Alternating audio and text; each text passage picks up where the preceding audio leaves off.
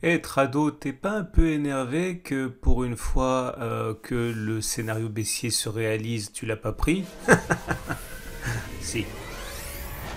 Salut, c'est Trado. Voilà l'analyse technique du CAC 40 avec beaucoup de choses à dire. Il s'en est passé des choses ce mardi et on va avoir du pain sur la planche. Première des choses, comme vous pouvez le voir, on avait un biseau ici un biseau ascendant dont on pouvait s'étonner de la cassure par le haut parce que c'est pas toujours ce qui se passe, c'est même rarement ce qui se passe, et d'autant que ça correspondait à une vague de Wolf 1, 2, 3, 4, 5 qui invitait à considérer en cas de réintégration en dessous de la zone des 1, 3, 5 une plongée pour aller chercher le point 4. Et c'est ce qui a été fait à la lumière de rien du tout en fait, parce que finalement on a juste eu une petite augmentation, non c'est pas vrai, je suis de mauvaise foi, une grosse augmentation des prix à la production en Chine, et ça a peut-être été la goutte qui a fait déborder la tasse de thé et inciter finalement les institutionnels à se concerter ou pas pour retirer le bol de punch, et c'est ce qui s'est produit avec une baisse assez importante, hein, 1,9%, et ça aurait même pu être pire puisque au plus mauvais de la séance on a abandonné plus de 2%. 2,5%, et donc finalement on s'en sort pas trop mal, et la chance que l'on a c'est justement d'avoir bénéficié de deux supports, le premier étant l'objectif 1 de la vague de Wolf, ou si vous préférez le point 4, c'est-à-dire le dernier point auquel on a accroché le biseau ascendant. Bref, tout ça, ça a entraîné des traders qui ont pris leur profit sur ce point, d'autres qui sont rentrés. En tout cas, ce qui est certain, c'est que ce support journalier dont on pouvait douter de la solidité, revoyez la vidéo d'hier, pourquoi je pensais qu'il était plausible qui ne tiennent pas, a effectivement été cassé. On va l'enlever tout de suite, hein, puisque vous savez que conformément à mon habitude un petit peu hérétique, hein, lorsqu'un support, une résistance est bafoué deux fois, il disparaît de mes graphes. Donc on a ceci maintenant, c'est plus clair, et vous voyez au passage que l'on a ouvert un gap ici, un gap qui pourrait bien être un gap de rupture, c'est-à-dire un gap qui met fin à la tendance en cours. La vitesse de comblement de ce gap va justement décider de son statut gap de rupture ou gap commun. S'il est comblé rapidement, ça sera un gap commun. S'il est comblé pas cette semaine, hein, ça sera un gap de rupture qui invitera à aller plus bas. En tout cas, dans un cas comme dans l'autre, on voit que ce gap est grand, et ce gap est également va être difficile à combler parce que forcément, hein, avec tous les traders qui vont viser un retour sur le support mensuel ici, il va y avoir des courants vendeurs. Regardez les Fibonacci ici, on voit que on a retracé 61,8% de Fibonacci, mais on a clôturé en dessous des 50% de Fibonacci. Bon, on a l'essentiel des niveaux déjà qui ont été touchés. Ça apporte pas grand chose de le suivre. Par contre, forcément, tous ceux qui guettaient la cassure de la fourchette d'Andrews ainsi tracée, regardez, hein, elle a vraiment produit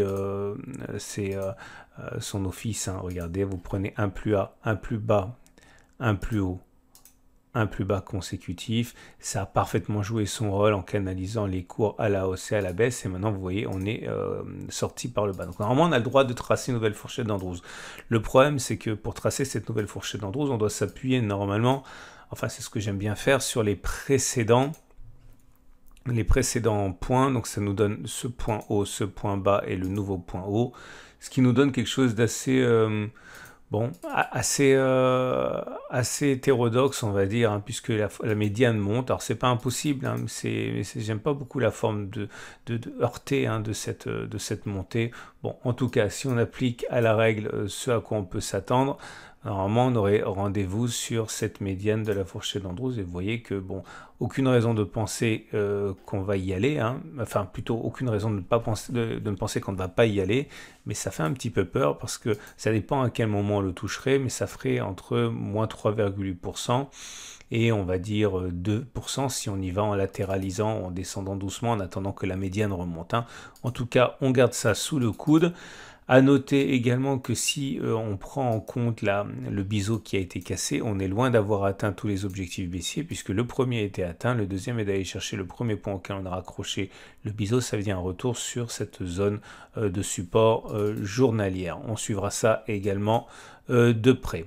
À noter le chandelier japonais du jour qui est mauvais mais qui n'est pas aussi mauvais qu'on pourrait le penser, en ce sens que certes il est rouge, certes on termine dans la partie plutôt basse, mais il y a une longue mèche basse et tout ça, ça milite quand même pour peut-être un petit peu de répit puisque finalement il y a eu un rebond sur l'objectif 4 de la vague de Wolf. Alors je reviens à mon objectif de la vague de Wolf.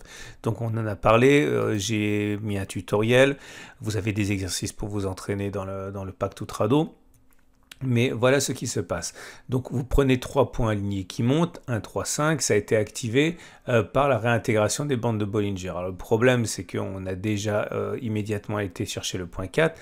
Le deuxième objectif est donc d'aller chercher un contact avec la demi-droite 1, 4. Et le contact avec cette demi-droite donnera le point 6. Et du coup ça nous donne le backtest du jour. Alors, j'ai regardé dans le passé du CAC 40 si une fois que l'on avait touché le CAC 40, pardon, le point 4, est-ce qu'il était plus probable que l'on aille faire un contact avec un point sur l'oblique 1, 4, 6 ou pas, 6 étant le point de contact.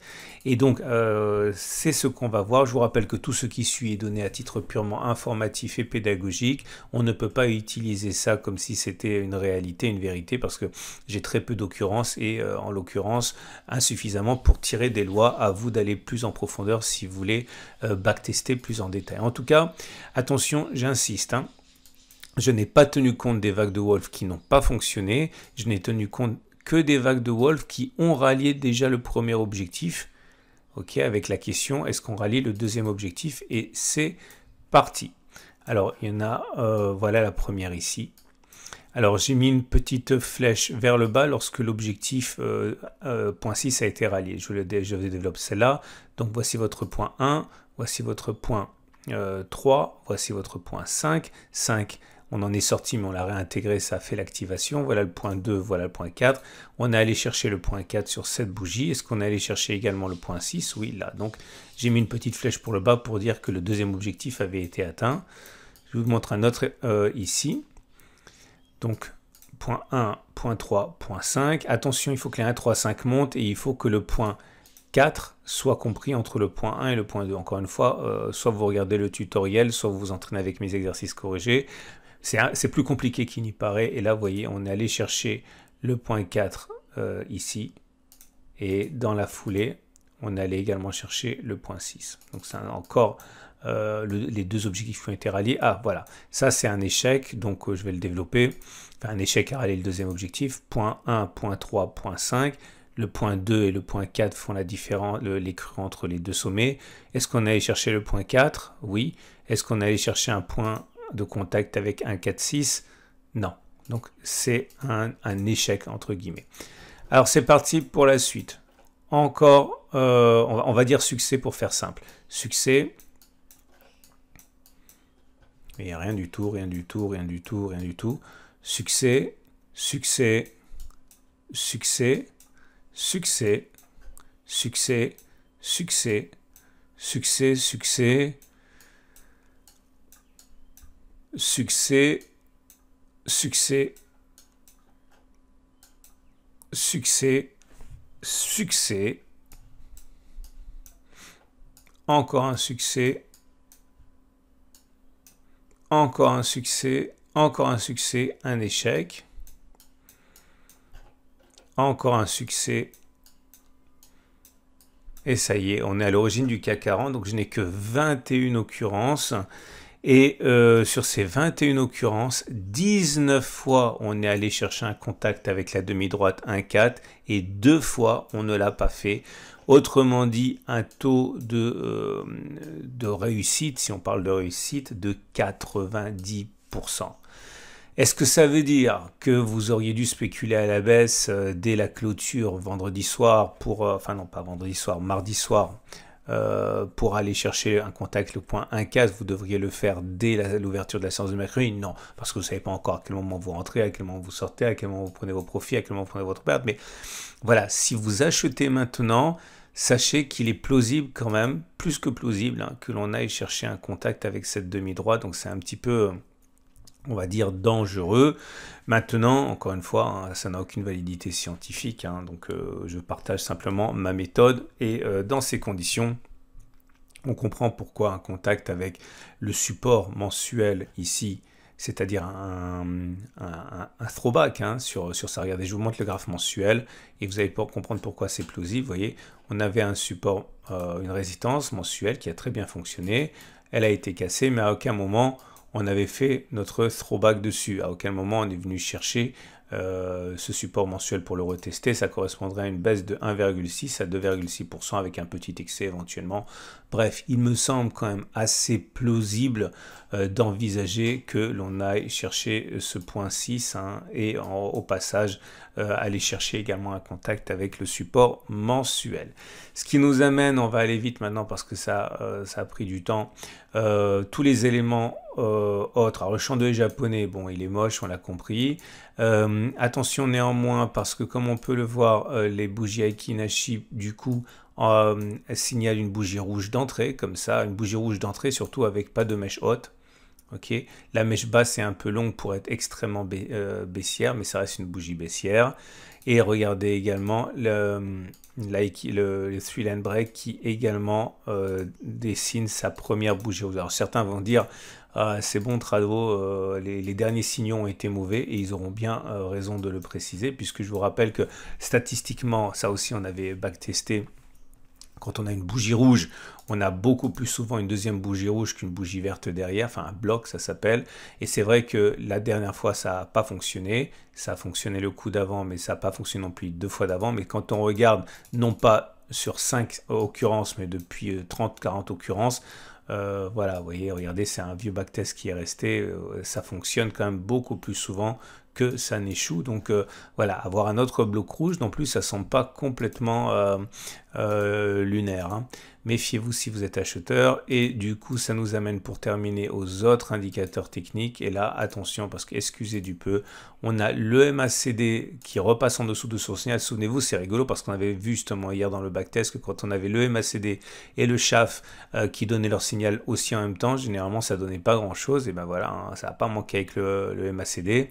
En même temps, le MACD 0 qui passe en dessous de son signal, également le stochastique qui passe en dessous de son signal, le CIC qui sort de sa zone de surachat, les volumes qui montent pour attester de tout ça. Bon, franchement, je n'éloigne pas la possibilité d'avoir un petit rebond technique, hein, mais derrière, il faut faire très attention parce que je crains que ça reparte vers le bas. Et certains vont encore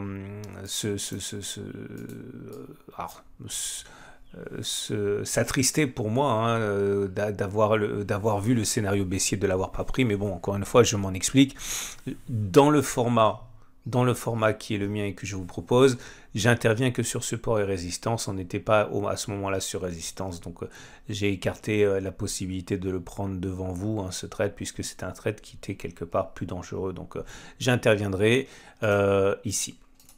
On termine avec l'Ichimoku et là aussi, hein, c'est pas super puisque comme vous pouvez le voir, nous avons... alors il y a du bon et du moins bon. Le bon, c'est que comme vous pouvez le constater, on a rebondi sur la Kijun. Ok, la Kijun, si on la casse, c'est quand même pas génial, c'est la tendance générale. Par contre, on a cassé la Tenkan, elle est descendante, donc la tendance de court terme n'est plus haussière.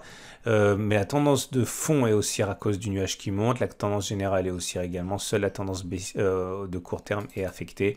Si on casse la Kijun, encore une fois, ce serait pas forcément du meilleur effet. Hein.